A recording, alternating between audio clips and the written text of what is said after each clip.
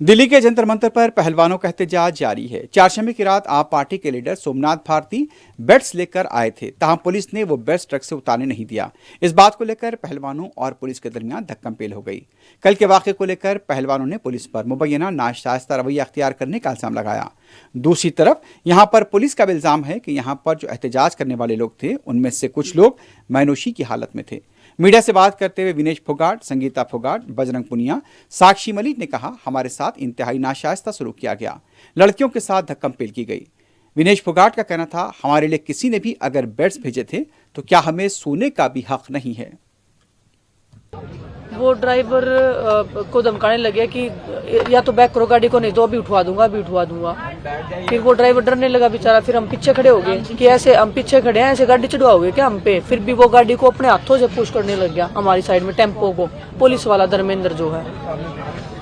और फिर जब हम बोले कि हम निकाल लेते हैं, तब तक ये अगर धक्का वक्का कर रहे हैं, कुछ भी करे, तब तक 5-10 फोल्डिंग जो भी है सोने के लिए निकाल ही लेते हैं। हम निकालने लगे तो वो आ गया पीछे आके ना, फिर फोल्डिंग हमारे हाथों से छीनने लग गया। फिर हमें लड़कियों को भी धक्का देने लग गया, वो कभी उधर ऐसे करने लग गया। फिर हम बोलने लगे कैसे कैसे बदतमीजी कर रहे हो आप ये सब। तो फिर वो अपने वो हाथा पर वो रुका नहीं। तब तक मतलब कोई भी महिला कांस्टेबल वहां पे नहीं आई थी, ना उन्होंने बुलाई कि लड़कियां हैं महिला कांस्टेबल अगर यहाँ बैठी हैं तो अंदर क्यों नहीं बुलाया उनको उस टाइम पे। वो खुद ही अपने उन्होंने ही सबसे ज्यादा झगड़ा स्टार्ट कर दिया। मतलब वो पता नहीं चाह रहे थे क्या ये झगड़ा करना या क्या था, वो अग्रेशन में थे, स्टार्टिंग में अग्रेशन में आ गए, वो सब कुछ छीनने लगे हमसे। फिर हम उनसे बचा के कैसे भी हम फोल्डिंग, हमने तो अंदर ले जाने का वो था कि अंदर कैसे लेके जाए, सोना है हमें तो। फिर हम अंदर ले जाने लगे तो फिर उन्होंने मतलब मेरे को ऐसे छाती पर धक्का मारने लगे, हाथ पकड़ के खींचने लग गए। हाँ, वो जो धर्मेंद्र थे वही। तब तक कोई भी मतलब महिला वो आई नहीं थी, कोई भी कांस्टेबल या महिला अधिकारी कोई भी नहीं थी उधर।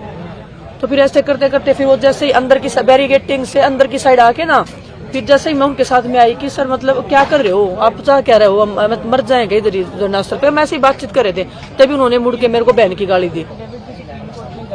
जो हुआ देखो वो तो देखो सर, वो तो लीगल टीम को ही पता है। हम तो इधर से परेशान, हम तो अच्छे से सो भी नहीं पाए हैं। सारे लोग 2-4 लोग सोए हैं, सभी लोग इधर बाहर बैठे हैं पूरी रात से ही। और एक और ऑफिसर थे ना जो धमकी दे रहे थे कि मेरे को ऐसे नहीं कर सकते, वो तो बजरंग के साथ में हुआ था। वो बजरंग अच्छे से कर सकते हैं। आपको पहले कहीं लेके गए फिर आप वापस आए। वो नाम तो मेरे को एग्जैक्ट नहीं पता, नाम तो उन्होंने निकाल रखा था उस टाइम पे, नाम तो मेरे को नहीं पता हो।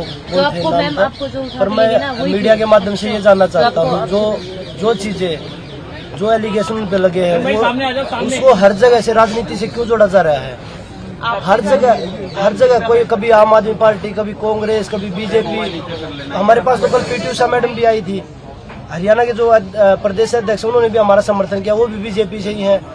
बात लड़कियों का मुद्दा है, लेकिन देश को गुमराह किया जा रहा है हर चीज में राजनीति घुसा के। कुछ उनकी IT सेल के हैं, पुलिस उन्हीं के इशारे पे काम कर रही है।